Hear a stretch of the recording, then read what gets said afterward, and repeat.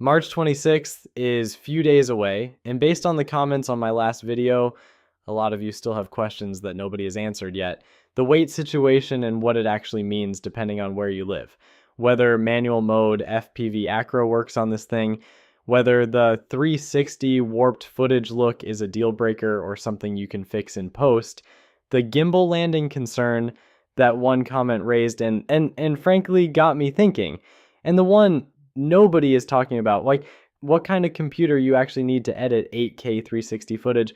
These are real questions, and the sponsored creators with NDAs are not answering them. So today, I am going through every single one, chapter by chapter, before the launch. And at the end, I will tell you exactly what I'm testing first when I pick mine up in China on March 26th. Because that is going to tell us more about this drone than any teaser DJI releases between now and then.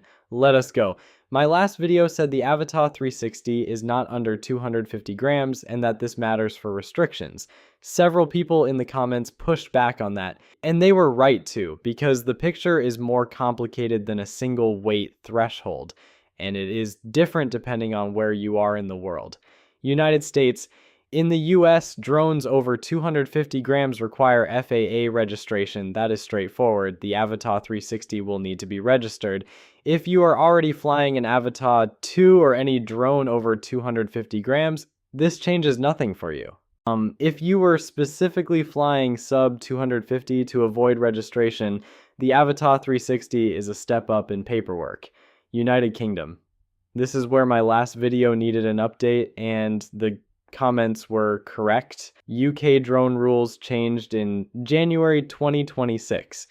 Drones are now categorized by label C0, C1, UK1, not purely by weight. A drone marked UK1 can fly in the same airspace as drones weighing less than 250 grams up to 900 grams. The Avata 360 will almost certainly carry a UK1 label. If that holds, UK pilots are in a genuinely favorable position, same airspace access as sub 250 gram drones in a much more capable machine. That is a significant advantage for UK buyers that was not in my last video. Note, these label classifications are valid until January 2028, at which point the rules change again. Worth keeping an eye on. Europe. More complex. In Europe, if you are flying an FPV drone, the Avata 360 can be flown as an FPV drone with goggles. Regulations in many EU countries require a spotter standing next to you, someone watching the drone visually while you are in the goggles. One viewer from Germany made this point clearly, and it is accurate. However, the Avata 360 can also be flown with the RC2 controller without goggles, which changes the compliance situation entirely. Flying with a standard controller and a screen is treated very differently than flying FPV in most European regulations. This is actually one of the strongest arguments for the RC2 mode over goggles for European pilots.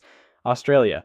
Multiple Australians in the comments confirmed over 250 grams is not a significant issue for recreational flying there. Visual line of sight is the main requirement, not weight class. Australian pilots appear to be in a clean position with this drone. The honest bottom line on weight. The 250 gram threshold is real, but it is not the universal deal breaker I may have implied. Depending on where you are and how you fly, the Avata 360 may sit in a perfectly workable regulatory position. Know your local rules specifically before the weight becomes a reason not to buy. One comment on my last video got 11 likes and said something that stuck with me.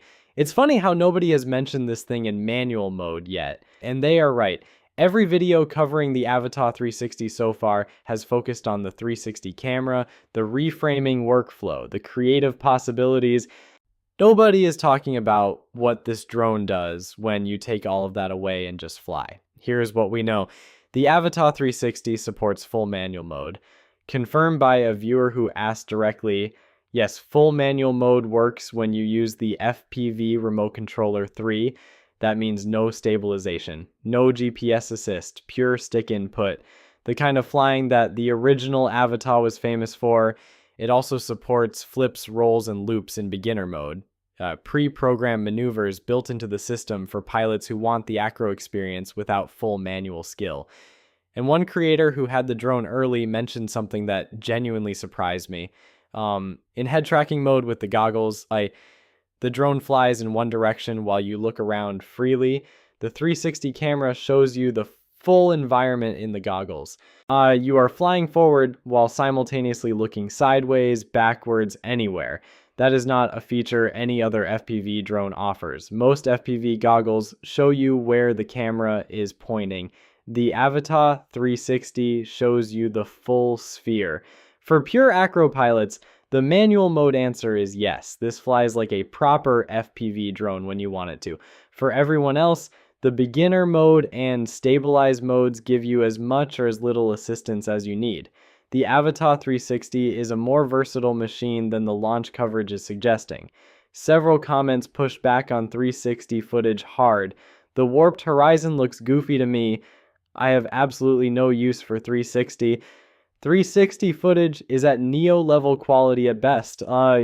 These are fair reactions, and I want to address them honestly rather than dismiss them. First, the warped look. When 360 footage is exported directly as a spherical video, the horizon curves. It looks unusual. It is not what most people are used to seeing in drone footage. But that is not how the Avata 360 is meant to be used. The entire point of the 360 system is that you reframe in post. You take that spherical capture and you pull a standard flat video out of it. Yeah, choosing your angle, your field of view, your horizon after the fact. The warped look disappears completely when you reframe properly. The people who see 360 footage and think it looks goofy are seeing the raw output, not the finished product. The finished product looks like normal drone footage, except you had complete creative freedom over the framing after landing. Second, image quality. One comment said, 360 footage is at Neo level quality. This is a legitimate concern and worth being honest about. The Avata 360 is recording a full sphere across two fisheye lenses and stitching it together. When you crop that down to a standard output, you lose resolution. 8K capture helps significantly, but it is not the same as a dedicated single lens camera at equivalent resolution. In perfect daylight conditions, sharp, clean, usable, professional footage. In low light, at night, in challenging conditions, you will notice limitations. The Insta360 anti-gravity one faces the same constraint. This is the trade-off you make for the reframing flexibility. If your primary goal is the best possible image quality, a single lens camera drone is the right tool. If your primary goal is creative flexibility and capturing shots that are physically impossible any other way, the 360 system is worth the image quality trade-off. Third, the single lens mode. This point gets missed in the 360 skeptic conversation. The Avata 360 has a single lens mode. Switch it on and it shoots standard forward-facing footage exactly like a normal DJI drone. You do not have to use 360 capture every flight. You have both options in the same airframe. The top comment on my last video raised something I want to address directly. The Avata 360 lands on its gimbal if the protective cover has been removed before flight. This is accurate and it is a real design consideration. The rotating camera mechanism means when the drone lands, the lower lens is in the landing position. There are rubber feet and protective pads at the bottom specifically for this. DJI designed landing to happen on those pads, not on the glass. But the concern is valid for one scenario. If you remove the gimbal cover before flying and then land on an uneven surface, a slope, or in a situation where the drone tips. In those cases, the lower lens could make contact with the ground.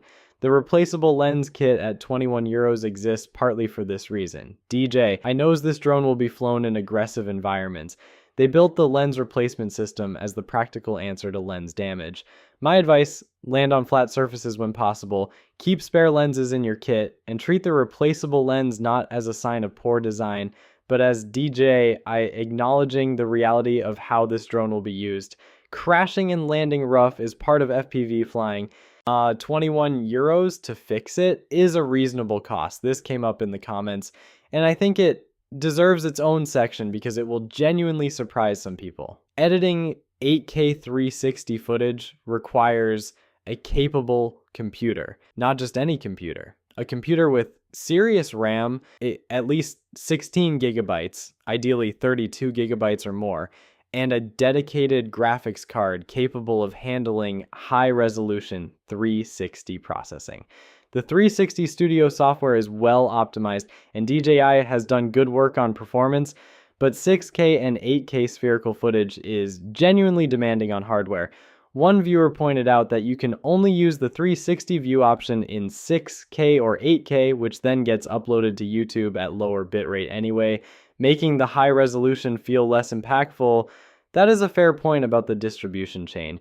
You shoot 8K, you edit 8K, you export 8K, YouTube compresses it. The quality advantage narrows at the delivery end. However, the reframing flexibility still exists regardless of final delivery resolution. And for anyone shooting for broadcast, commercial use, or archiving in maximum quality, the 8K source file retains its value. The practical advice: if you are on an older laptop or a machine without a dedicated GPU, budget for hardware before you budget for the drone. The drone without the machine to edit its footage properly is a frustrating experience. Let me run through the questions from the comments that have not been covered yet. ND filters. Confirmed. ND filters will be available for the Avata 360, essential for controlling exposure in bright conditions at lower shutter speeds for cinematic footage. Not included in any combo at launch, separate purchase. RCN3 compatibility. One viewer spotted the RCN3 on a pegboard in the DJI Global teaser alongside confirmed compatible controllers. Not officially confirmed yet, but the evidence strongly suggests yes, worth watching for confirmation on launch day. Goggles 4. Several people asked if Goggles 4 is launching alongside the Avata 360. No evidence of this. The Avata 360 ships with Goggles N3 and is compatible with Goggles 3. No Goggles 4 announcement is expected at this launch. Avata 2 as a budget alternative. For pure manual FPV flying without 360 capture, the Avata 2 is genuinely excellent value right now. Prices will likely drop further after the Avata 360 launches. If budget is the primary concern and you do not need 360 capability, the Avata 2 is still a strong buy. DJI Care internationally. One viewer from Taiwan confirmed DJI Care does not support overseas service even in Taiwan.